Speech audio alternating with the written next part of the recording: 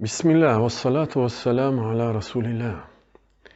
Обращаясь к имамам, религиозным проповедникам братских мусульманских народов Кавказа, Татарстана и Башкортостана, и просто к людям веры, мусульманам, проживающим в России. Россия сегодня проливает кровь невинных детей и женщин в Украине. Целенаправленно бомбит больницы и жилые дома в Мариуполе, Харькове, Чернигове, Киеве и других городах Украины. Когда-то в недалеком прошлом эти зверства прошлись по землям свободолюбивого Кавказа. Убивали и насиловали женщин. И сейчас тут, в Украине, под Киевом, рашистские орки убивают мирное население и насилуют женщин. Мы, крымские татары, мусульмане Украины, помним имена наших героев.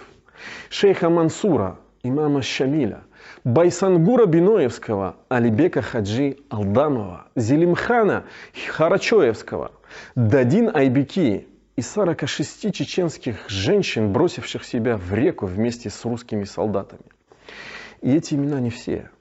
Да, они и наши герои, которые бесстрашно раз за разом боролись за свою свободу, ибо все они были не просто лидерами, а были духовными, религиозными людьми от Господа. А наша умма единая.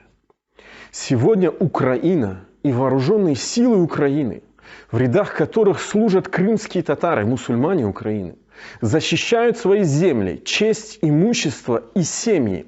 Они стоят за правду, они отстаивают истину, которая красной нитью прописана в Коране и хадисах. В частности, عن سعيد بن زيد عن النبي صلى الله عليه وسلم قال. От Саида ибн Зейда передано, что пророк, мир ему благословение Аллаха, сказал: «Ман кутиля дуна малихи фахуа шахид, ва ман кутиля дуна ахлихи, ау дуна дамихи, ау дуна динихи фахуа шахид». Тот, кто был убит, защищая свое имущество, умер свидетелем за веру, то есть шахидом.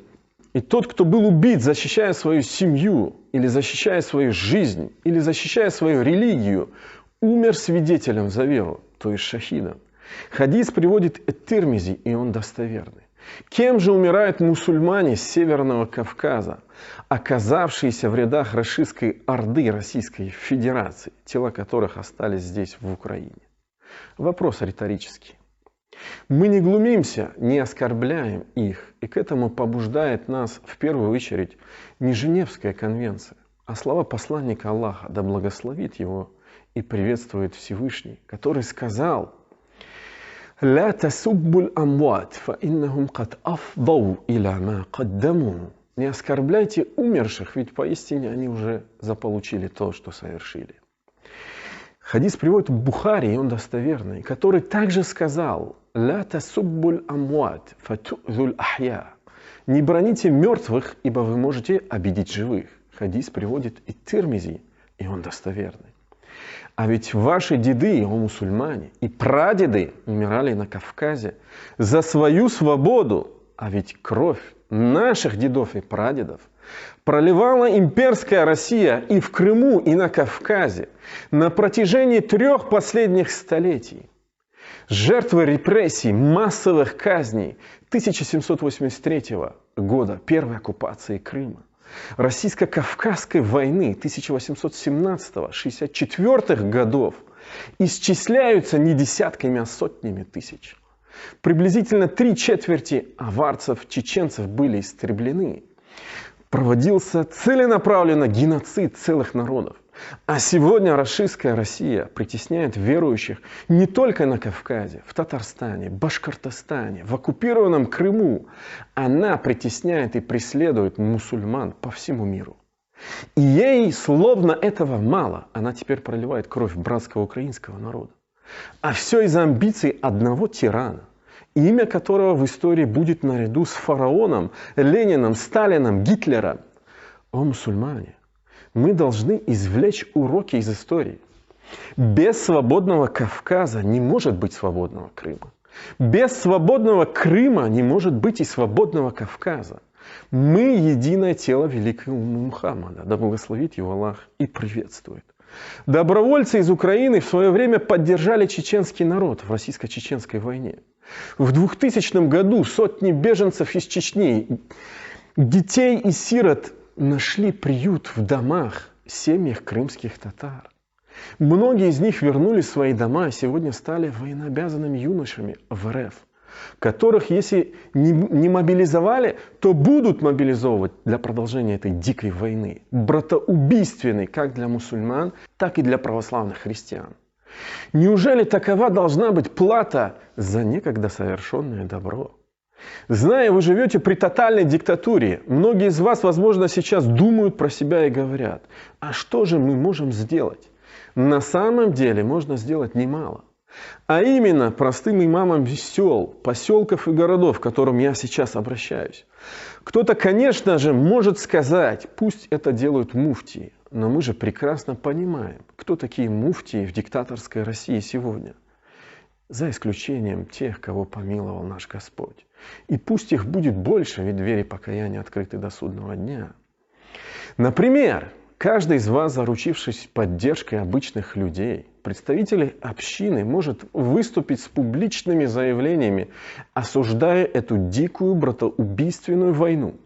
Да, тем самым вы рискуете своей свободой и даже жизнью, но такова ответственность того положения и статуса, которым вас наделил Всевышний, посредством людей вокруг вас.